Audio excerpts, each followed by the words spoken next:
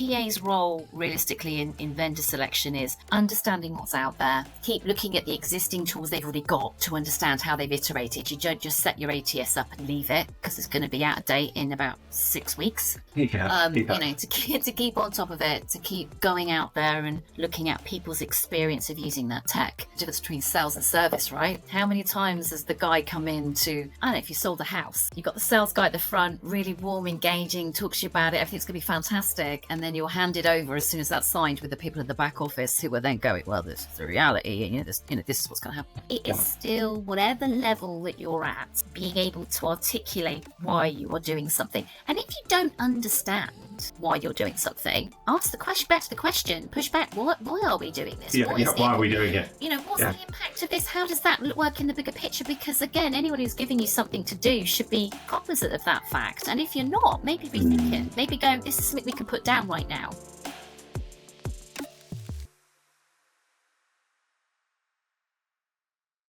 Sarah, welcome. Absolutely lovely to have you on the show. Hi, lovely to be here, Sam. Thank you for inviting me. Wonderful. And for those who do not know you, it would be great to just start with an introduction, who you are, what you do, favorite type of food, the type of role which you're in, background, etc. would be awesome. Very surprised that people do know me. So I've been in recruitment for my whole career, which is a very long time, Sam. And that's great because I'm obsessed with questions, okay? Asking questions, who, what, why. And it's only sociably acceptable to do that kind of thing in an interview. So that's why I've been doing it for so long. I've been a director of a startup, my own HR consultancy and recruitment business. I've worked in agency, but mainly in-house. And I'm currently the director for HR technology, insights and recruitment for Rentokil Initial, which is a FTSE. We employ over 62,000 people in 93 countries. I've been there about 6 years so far. Wow. Yeah, and Rentokil is a brand that everybody's familiar with.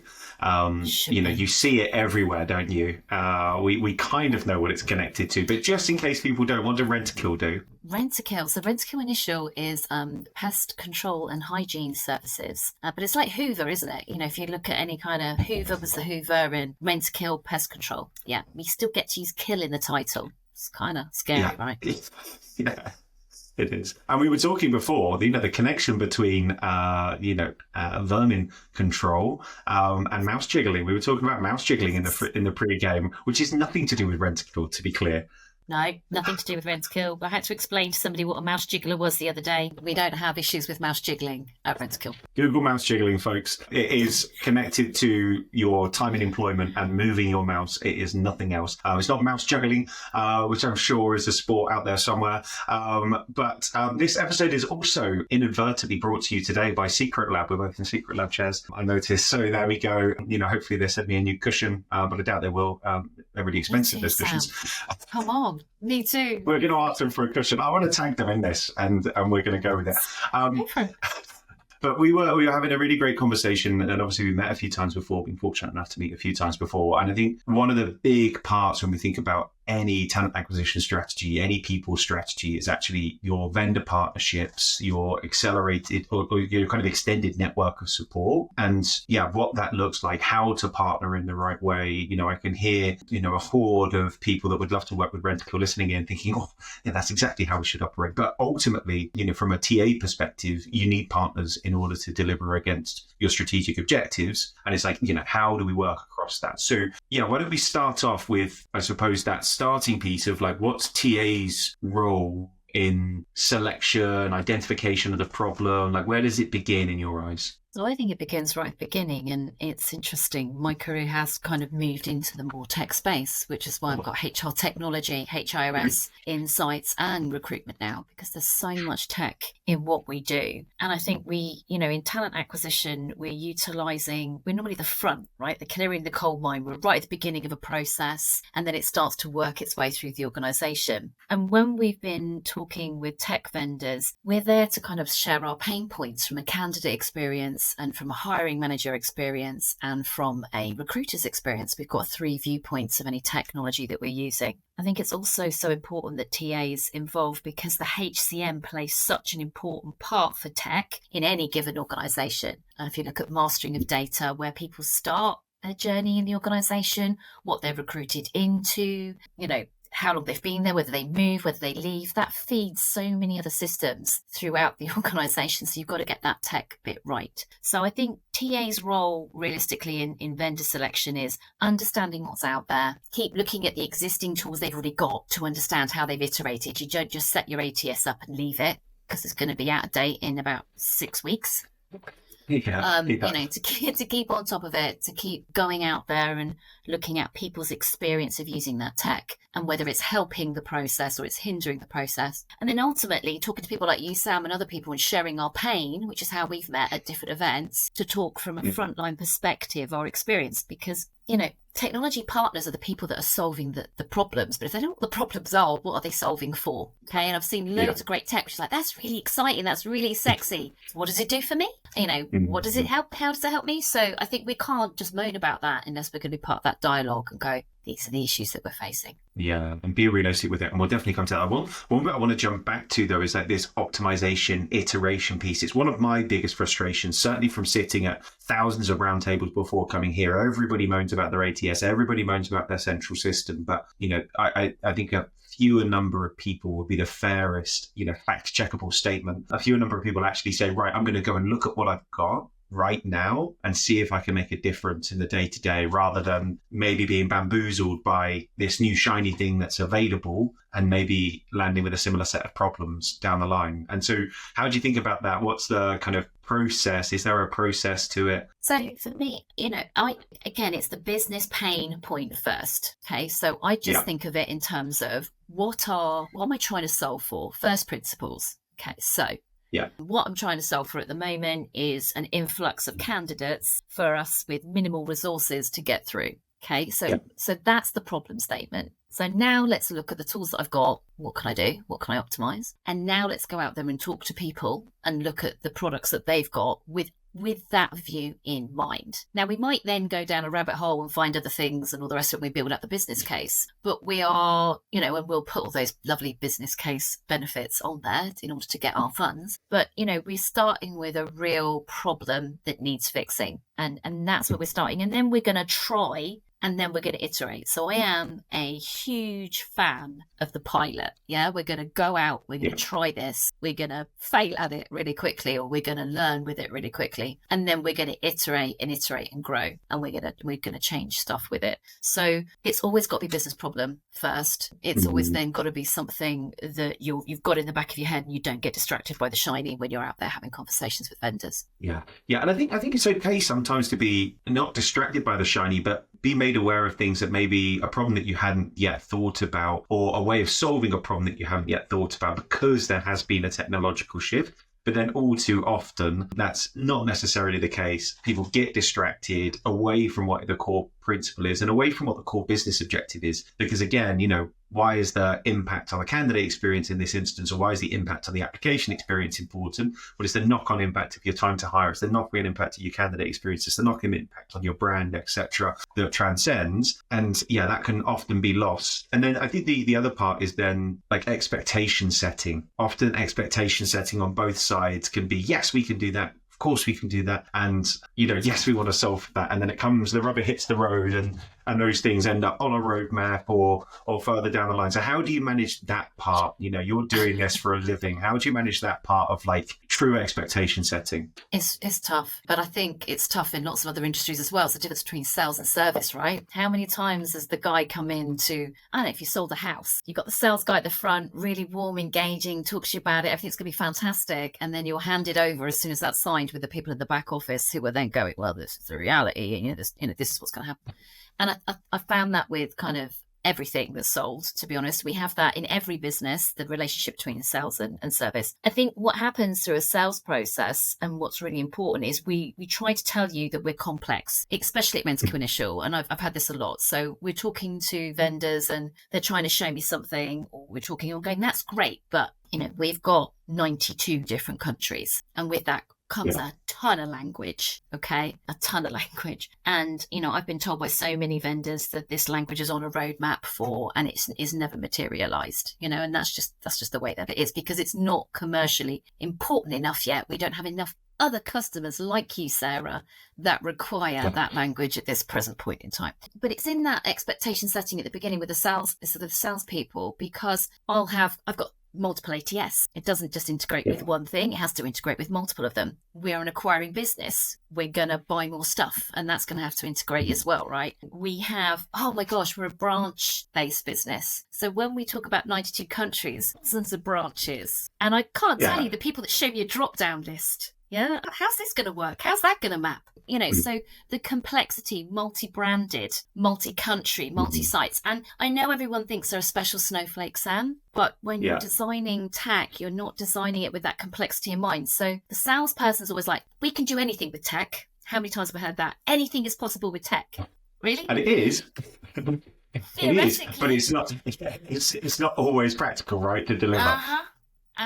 Absolutely. And then again, there isn't something that's going to be created that is going to fit everything like a bespoke glove. And that's where the relationship comes in. And that's where you've got to work with people to kind of iterate a product with them. This would be good. And you become actually probably their best product person, because you're just there constantly. This would be great if you could do X or you could do Y. And I've worked with many vendors now where we've made changes which they've then gone on and sold to other people. So, it sort of feeds itself. It feeds back into, again, sharing the pain. It feeds back into that ecosystem, and we get to somewhere where we've got something that's fit for purpose, but it doesn't come out of a box. Yeah.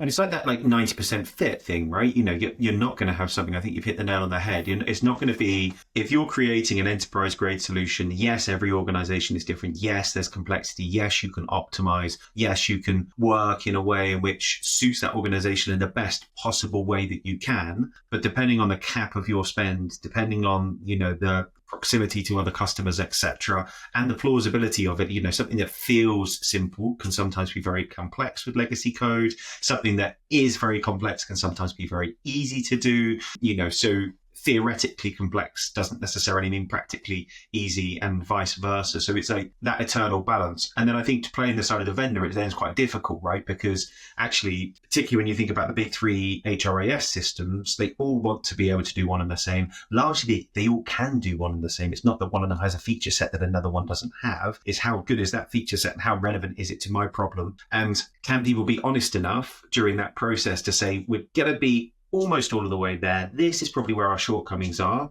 and it's not going to affect it in a critical way because of X, and we might need to do Y. And then on your side, it's, well, actually, can we show that flexibility? Yeah. Can we change? So for me, the words that give me the fear of dread down my spine is out of scope. I get told by that's out of scope. When we're doing this, the statement of work and we're looking through it and everyone's in this positive place, you've really got to have your arguments then and try to keep asking those back questions. So, okay, it's out of scope. So what happens to that then? Okay, so if, I don't know, putting it into the medical check, vendor is out of scope. Okay, so what are we going to do?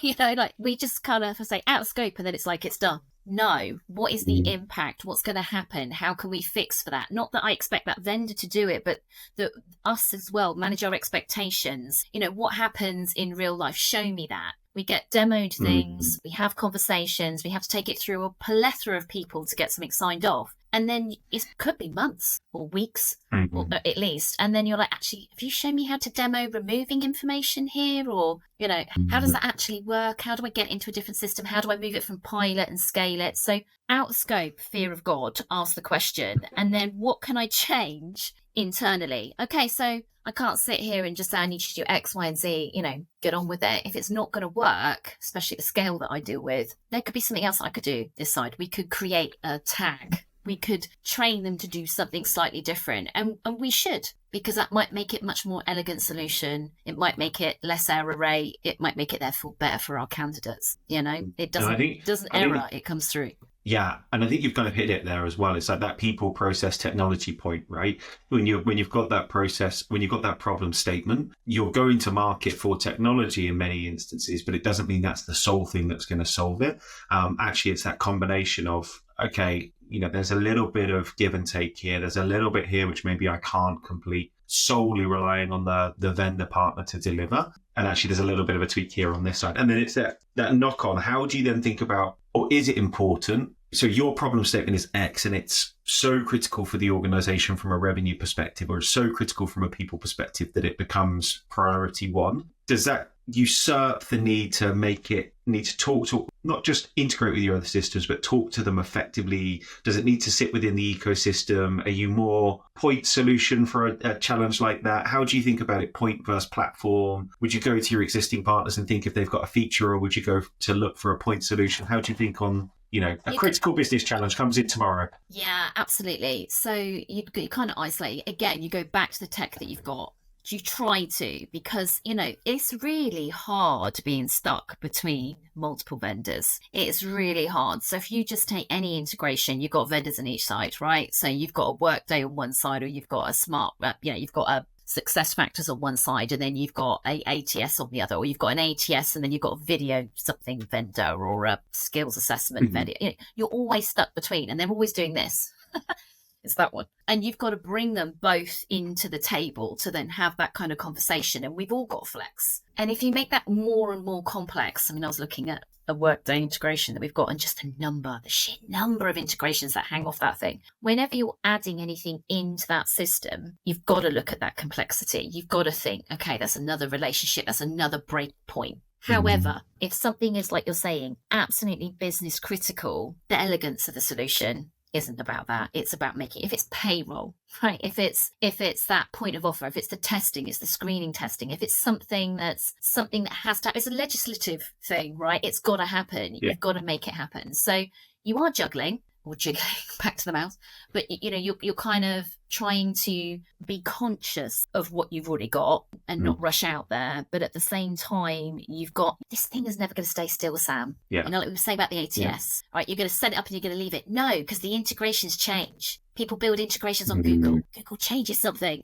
right? So you've got to be cognizant of how complicated it is to run, but not lose sight of the why am I doing it? Yeah. The IT guys might want to do it one way, but really, they're not going to fill in another form now. You've got to send that information through. Yeah. And on that point, actually, that like the IT team on both sides, right? So how would you advise, what would be the point where you would say to another resourcing leader that maybe doesn't have the same level of experience or ownership on, specifically HR technology, when's the point to bring them in? When's the point where it's most valuable? And does that differ in case to case? Right at the damn beginning, right? Right as early as you can, because they're going to put things up for you. Like, things are going to change. And if this isn't your wheelhouse and this isn't your area of expertise, you don't even know the right questions to be asking. We all get frustrated, and it happens across functions all the time, right? So it's like coming to me, in recruitment saying, oh, we've decided to set up this business over here. We're going to hire 50 people in this X country. And they haven't even talked to you about it. You're the expert in recruitment. You know where the talent goes and where the talent pools are. It's like me rocking up to an IT committee and going, oh, I want to buy this. Doesn't integrate with anything. It's not compliant. Doesn't got FSSO. Oh, I don't know. Yeah. So, you've got to bring them in as early as you can, but you've got to, again, after the problem statement, so you don't get moved, after the problem statement. So you've got your problem, you're clear on what that problem is, you're talking to this vendor, you like the look of them, and then as soon, you've seen it work, so you've had a first glance, this makes sense to me. There's nothing glaringly obvious that's going to be a deal breaker here from a practical recruitment perspective or a HR perspective, but now straight in, before you do anything else. And then, it will slow things down, but it'll also speed it up because it's stopped at the point of you can't get past X committee or Y, or it's an expensive mistake. Yeah. You're then in litigation, aren't you? You didn't hit a sale. This wasn't achieved because of X, Y, and Z. Nobody wants that. So get them in quick to ask the right questions. Yeah. And it's also shared accountability, right? In a way, but it's like, this balance is so important. And then I suppose it's framing it again, it goes right back to the problem statement. And how do you think about articulating that in a way that says to people that you should be involved from this point? Because I think that's one of the challenges that I see sometimes. I see it when we procure our own technology for our own internal process. Taking engineers' time, taking product teams' time is a really difficult one because, they're going to be working on your product and your internal systems, and it's usually one of the top priorities for most organizations. So, how do you make sure you don't get shuffled down the list of orders and it gets put on a backlog somewhere? This is the wider conversation, which is really, HR having a seat at the table and understanding the sort of commerciality of what it is that you do. So, recruiters also have problems with marketing departments because marketing departments are there primarily, if you don't have, a recruitment marketer, you're not lucky with like that. I do, so I'm very lucky. But especially in past roles, the web teams, the marketing teams are there for customers first, and you're in talent acquisition and you're going to come down that list. Quite frankly, you might have 600,000 views on your career site. You've got more traffic than they've got on their product site, and some bright sparks, they're going to go, maybe we could sell to these people. So yes, the commerciality of what you're doing, it's the traffic, it's the noise, it's the effect, and that comes back to your business case. So I'm not going to pull in a bunch of resource internally until we've done the fundamental of what is the business problem, how much, time, money, efficiency, viewpoint. They're real commercial values. How much is this going to save us? What is the impact if we don't do it from a risk avoidance perspective, from fines or whatever? It's got to come down to a commercial value. And, if the problem that you've got, Sam, doesn't actually deliver one of those, then no one cares. It might be better for you that somebody looks, an AI looks through all these CVs, but actually you're employed to do that and you've got enough time to do it, so get on and do it. It might make it quicker, but, this isn't the priority right now. You've got to show the save. The X. It's got to be of commercial importance to that business in order to start it in the first place. Yeah. And I think it's that balance as well between revenue generation, revenue risk, capital risk, time risk, etc. That it has a natural order of priority, because which number's the biggest or which number's the smallest, to kind of stack rank and see where that importance is. And I think that, seat at the table, the understanding the commerciality, definitely you're in a more fortunate position in terms of how you're set up from our conversation before. But what about for people that maybe don't have that visibility into the org? They know that they need to affect change. They've been given this mission to solve something. Like, where would you start there? So I would still think that way. So if it's my pain point, or it's my thing to deliver. So for example, say it's something, it depends how nebulous, because we know we're talking very broad here, but candidate experience. I'd look at the number of applications and roles, the time to hire, and work out the cost. Again, I'd come back down to the commercials of what I'm trying to achieve and the impact of that. To one of those things, save time, cost, reputation, any of those risks, I'd still do that, because it doesn't matter what level of the business you're in, that's how we function. And so if you're coming to a more junior manager or another person or a set of stakeholders, you're able to articulate the why. Right. So it's the language that you use. You don't go, I just went to this great event and someone was telling me about this and I got all, you don't start there. You start with, we're having a problem with X number of people are not getting through, or we've got X number of roles that are taking this long, or we are understaffed in this area. And that's the impact to that business. It's what you've got open. It's the staffing level. That branch is 80% staffed. That's what I want to know. So 20%, how much revenue are you losing? Not, I've got 200 roles open or 5 roles open. What does it matter? So it is still, whatever level that you're at, being able to articulate why you are doing something. And if you don't understand why you're doing something, ask the question, back to the question, push back. Why are we doing this? Why are we doing it? What's the impact of this? How does that work in the bigger picture? Because again, anyone who's giving you something to do should be cognizant of that fact. And if you're not, maybe rethink it. Maybe go, this is something we can put down right now because it's not a priority at this time. It might be a future problem. We'll keep an eye on it, but actually it's a nice to have. And in the current climate, that's not the priority here right now. And it's always cathartic for me, because I've been harping on about this for as long as I can remember. But I think, the way that you framed the open roles versus actual business impact, this store or this branch is 80% and how much revenue are we losing because of it? That is the business case. The one which I loved as well was actually the volume of traffic to site as something to think about for your tech team. Like, okay, cool. This is a volume of traffic to our site for X page, Y page, Z page. Ours is the most visited page. And currently, users are experiencing X problem or Y problem when they're landing on it. If that was any other area, this would be quite high on your priority list. If this was to book a demo form or, inquire about something, that would be number one priority. So yeah, definitely think about it in the same way. So I love that. I love that framing, and also a really easy number for people to anchor themselves to if they're not in a position to work out their empty chair cost, or they're not in a position to think about the revenue impact of not having an employee in seat, or other impacts, risk, reputation on the business.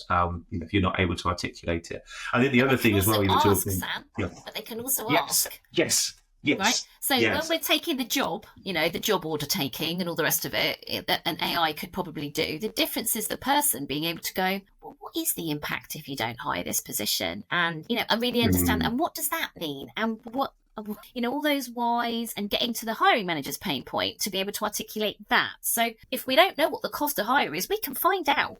Yeah. And also, they might have made a business case as to why they needed that hire within the business, and what the impact of that hire was going to be within the business, and why they needed to pay that person X amount of money. So what was your business case to get this person in is probably not a question we ask frequently enough, to understand that. And if you don't hire, just literally, what is the impact if you don't hire? And that helps when you're looking down your list of roles and where you're prioritizing. It's where you're going to get the most commercial impact, and be more commercial about what you're trying to achieve. Not all roles are created equal. Yeah, exactly. And then I think this is the thing. We talk about commercials, and it is the most essential thing. And it's what TA need to speak about. It's what people need to speak about. That is just, for me, the only conversation we need to be having right now. It usurps AI in terms of its importance, because that is a part that will serve and help support. I think the other thing, though, when we think about commerciality and that point of you go to an event, or you see somebody's case study, or you see something online, or you're served an advert, etc. Unfortunately, in our own lives and everything that we do when we make purchasing decisions, you might not need a business case for your purchasing decision when you think about buying X smoothie or Y this. You just walk past something and it's well marketed and it appeals to you and it makes you think about something which you maybe not thought about before. And so I don't want to lose that magpie element, because I think that's important. That's what keeps everything spinning, and that's what makes people try new things, so that there can be a case study and first adopters and everything else. But innovation, you need to then go innovate. back. Yeah, but you've got to be open-minded to innovate. It's not like you're only there blinking. If you just think, as I said, go back to that thing, you think you've got it all down pat now, this is all working, it's only a moment in time, it's going to change again. The one constant is the change. So being open-minded, going out there and seeing helps inform things. So then when you're in your day-to-day going, oh my God, that would be really helpful if we had that now. Or that wasn't a problem for me before, but now it is. The future of work stuff, Matt, all of the guys out there that talk future of work, I'm fascinated, because, it's that kind of look into what's coming up, and then you can give that forward thought to what you're doing where possible. But again, not losing sight of the time it might take you to get there. Just because I want something doesn't mean I should have it. That delayed gratification is important if it's planned. But at the same time, we've all got to aspire to, I want that. I want that nirvana. I want a non-bias way of engaging people where we can all then get on with doing the more human elements of it and not just sitting looking at resumes. Yeah. And that is a whole subject in amongst itself. And I think the biggest operational challenge facing talent acquisition teams, and one that is not going away anytime soon, I think that is going to continue as long as one-click apply exists, and as long as generative AI can make, CVs for people and do the applications. That's going to be the biggest seismic shift, I think. But I dared say anything to the tune of the death of the CV or the death of the application, because I was just thinking, it's just, how many times have we heard that? But I think, this is the big challenge. The tool that solves that, or the tool set that solves that, or the process or the people that solve that issue, it is definitely the winner in my eyes as we come into it. Any closing thoughts on this Friday afternoon? Any advice that you'd give people? Keep staying curious, just keep asking the whys and looking at the impact for things, just asking yourself, why am I doing it? Why is it important? And be able to articulate that importance for what you're doing, whether you're looking at a job list, why am I dealing with this one first? Why am we looking at this piece of tech in the first place? Just first principles, what options do we have to solve for it? Just some of those open questions with real curiosity, so that you are asking questions and you're listening to the pain points of the people that are around you, rather than broadcasting to. What a wonderful way to finish. Cracking soundbite. Thank you so much for joining. Salient advice for all the listeners. Enjoy your weekend.